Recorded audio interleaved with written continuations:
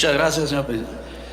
Compañeros y compañeras senadores, acabamos de votar un punto de acuerdo que saluda con beneplácito la política nacional de vivienda presentada por el titular del Poder Ejecutivo Federal. El problema y el reto, compañeros, es que esta declaración que presentó es muy general y no define líneas ni estrategias de acciones concretas. Más aún, al día siguiente que se presentó la política de vivienda, el valor de las acciones de las empresas de este sector que cotizan en la bolsa cayó estrepitosamente.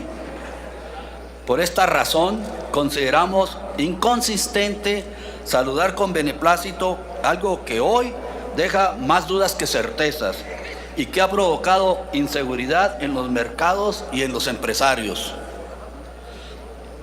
Por ejemplo, el presidente afirmó que la industria de la vivienda requiere hacer ajustes estructurales, pero no explicó en qué consisten estos ajustes.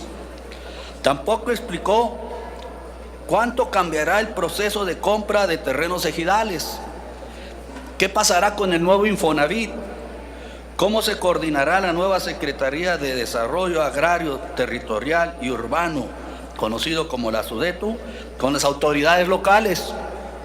¿Qué tan intrusiva será esta Secretaría en cuestiones como el desarrollo de reservas territoriales? Estas preguntas sin respuestas lo único que han generado es incertidumbre entre los inversionistas y en las empresas de este sector. Para algunos analistas, los temores de los inversionistas se centran en 3 puntos.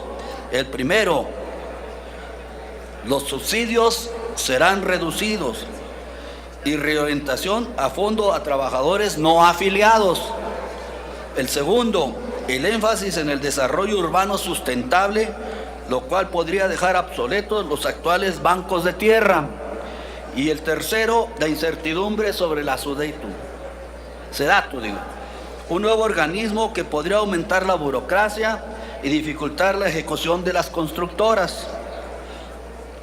Probablemente el mercado reaccionó de manera negativa porque había visto una variable de riesgo en el hecho de que las desarrolladoras deban enfrentarse a créditos sin respaldos y sin garantías. Las empresas de vivienda van a tener que vender a un nuevo sector de la población, es decir, a los no afiliados. Y además, los mayores trámites podrían aumentar el ciclo de trabajo en 6 o hasta 7 u 8 meses por ciclo de casas. Los empresarios del sector vivienda argumentan que el anuncio presentado carece de los detalles que les permitan tomar decisiones estratégicas. Por su parte, los inversionistas señalan que la política presentada por el presidente fue muy poco puntual con respecto a las estrategias por aplicar. Lo que es peor, el titular de la SEDATU afirmó que será hasta junio o julio del 2013 cuando se difundan los nuevos lineamientos para permitir a las constructoras adaptarse. Esto es demasiado tiempo. La incertidumbre de inversionistas y empresarios del ramo no puede continuar más. Además, el presidente afirmó que las acciones de ampliación y mejoramiento de la vivienda serán focalizadas de manera prioritaria a los 400 municipios que prevé la Cruzada Nacional contra el Hambre. El problema es que no sabemos con base en qué metodología se seleccionaron estos 400 municipios. Como señaló recientemente mi compañero, el senador Fernando Herrera, la Cámara de Diputados, en la aprobación del presupuesto para este año, definió 1,088 municipios como prioritarios para la ejecución de los diferentes programas de la SEDESOL.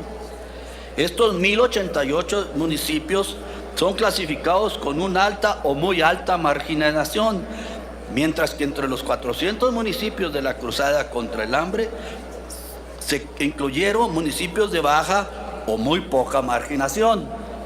La pregunta es entonces, ¿Por qué y bajo qué criterio se focalizarán en esos municipios las acciones de ampliación y mejoramiento de la vivienda? Aquí hay una incongruencia.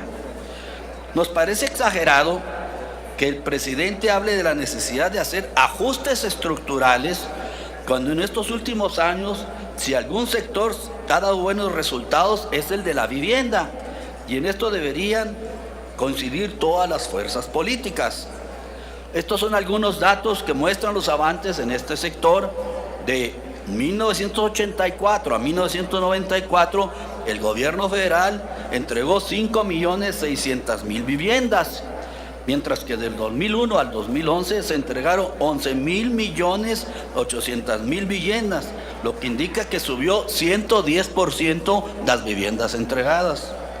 En el año 2000, el 70% de las casas del país tenían menos de 3 cuartos. Para el año 2010, el 79% de las viviendas cuentan con más de 3 cuartos. La población en hacinamiento se redujo 41% del año 2000 al 2010. En el año 2000, 18.5 millones de viviendas tenían piso firme. En el año 2010, esa cifra aumentó a 26.6 millones de viviendas.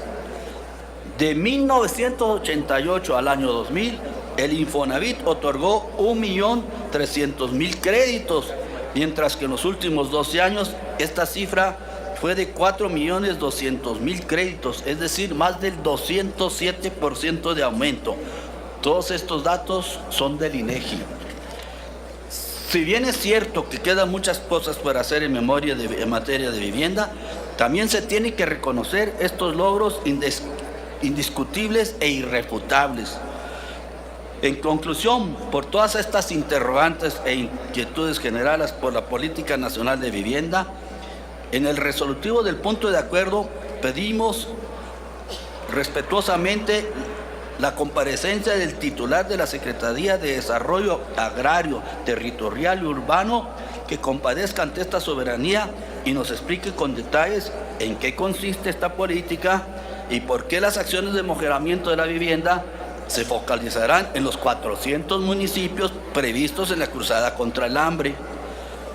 Agradezco a la senadora Luisa María Calderón y a los senadores Juan Carlos Romero Hicks y Fernando Herrera por suscribirse a este punto de acuerdo, y a ustedes, compañeros, por su atención, y quiero que esta situación sea de pronta resolución.